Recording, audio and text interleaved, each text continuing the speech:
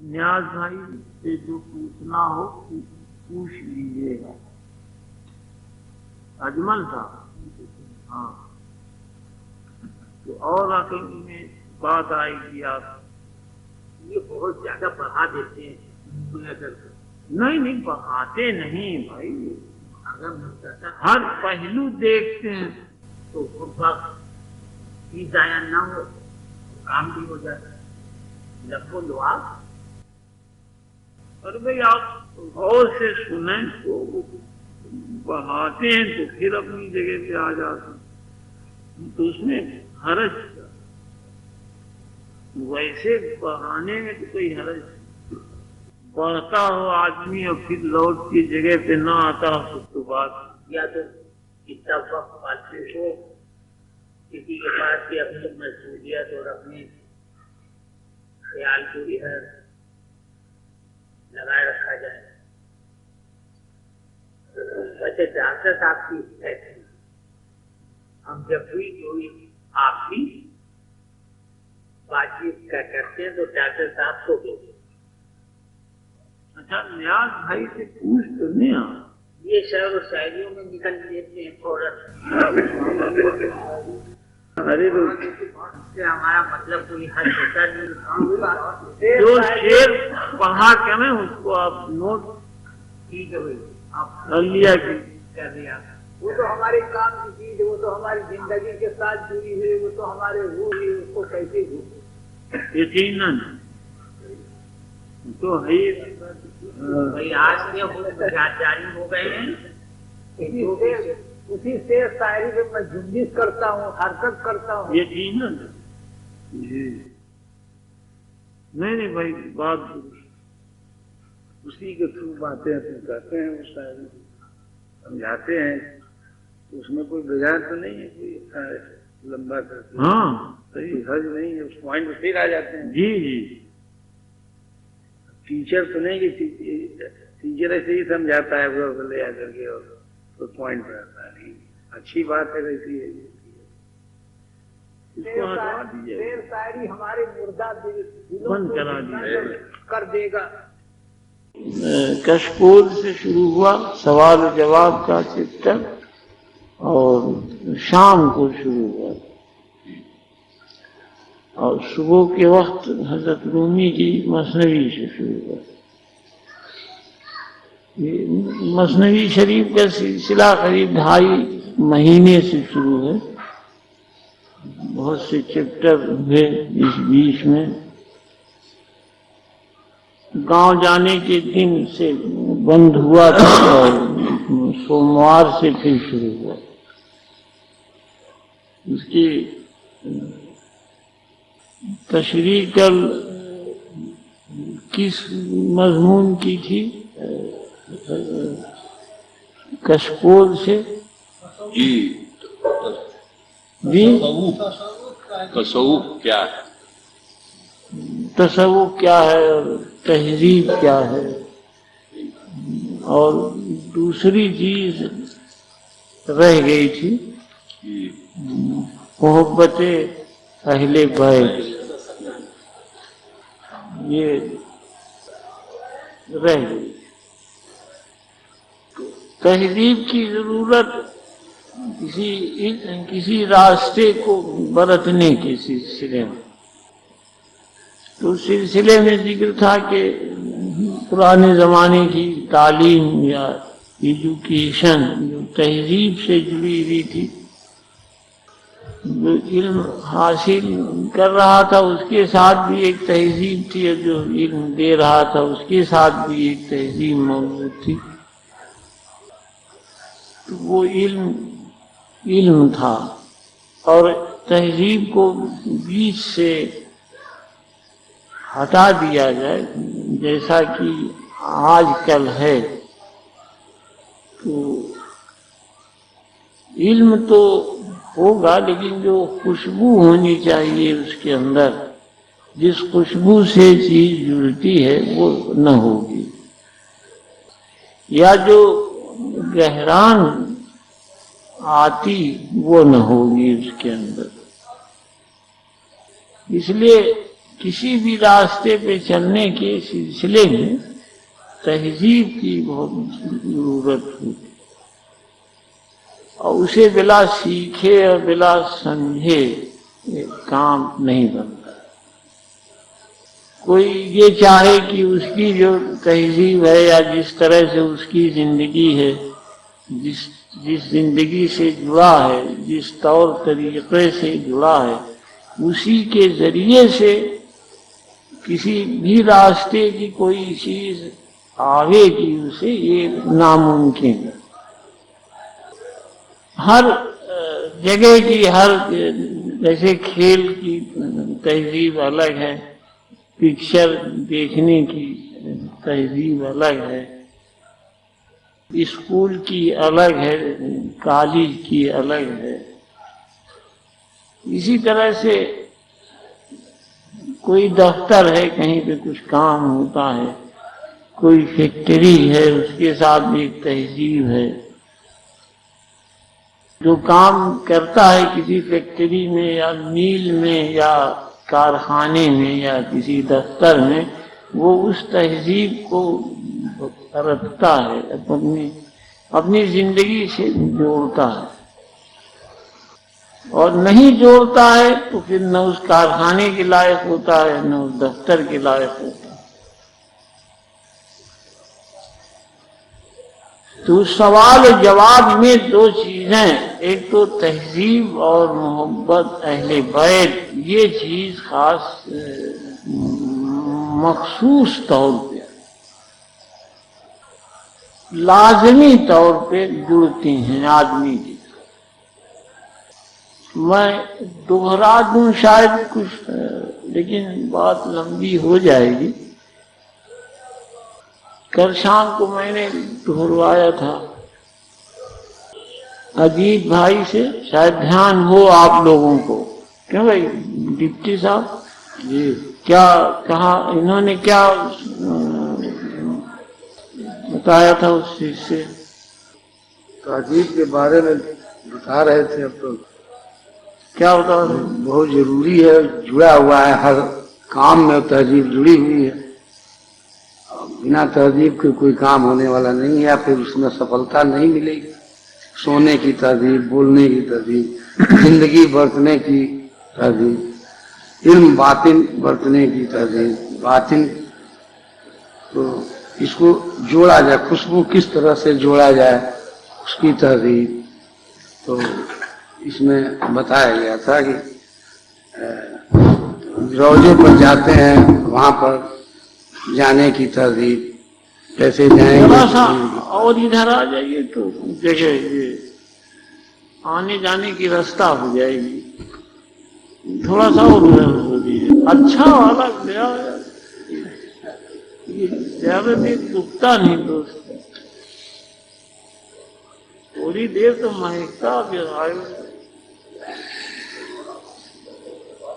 آئے نہیں کیا بھائی صاحب نہیں آئے؟ اب ایسے کوئی شخص تیل بیچتا ہو یا اچار بیچتا ہو یا اپنی گھریلو زندگی رکھتا ہو اس طرح کی، اور اس طرح کے راستوں سے جڑتا، تو اب اگر اپنی تیل بیچنے والی یا اچار بیچنے والی تہذیب اس راستے سے بھی جوڑ لے تو کیا حشر ہوگا،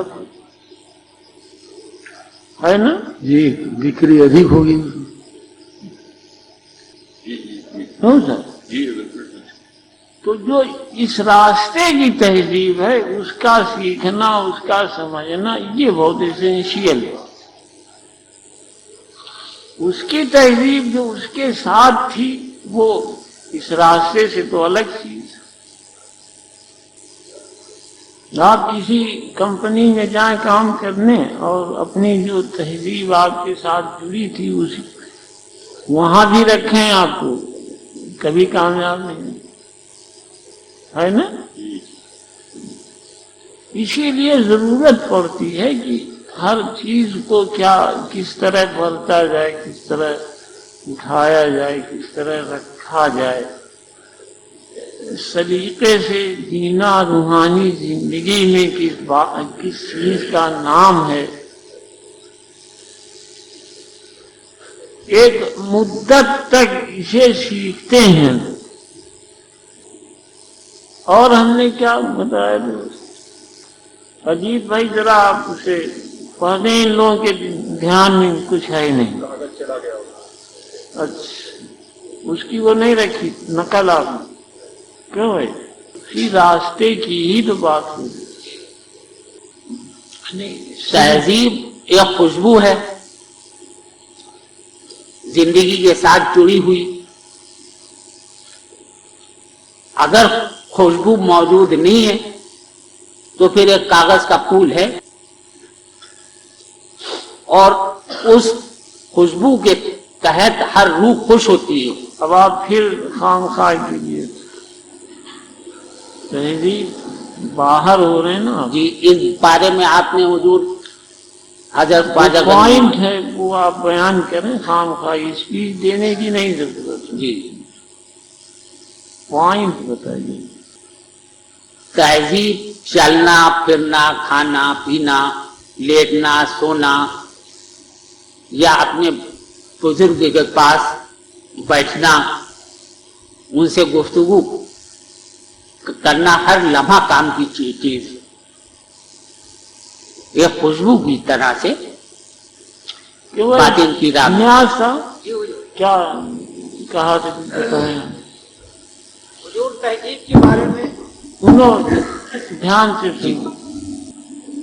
کسی صاحب مزار کے پاس جائے، وہ صورت غیب میں موجود ہے، اور وہاں ادب اور آداب. پہلے تو جس خیال سے گھر سے نکلو اسی خیال میں ہر وقت جڑے رہو، اس سے باہر مت ہو.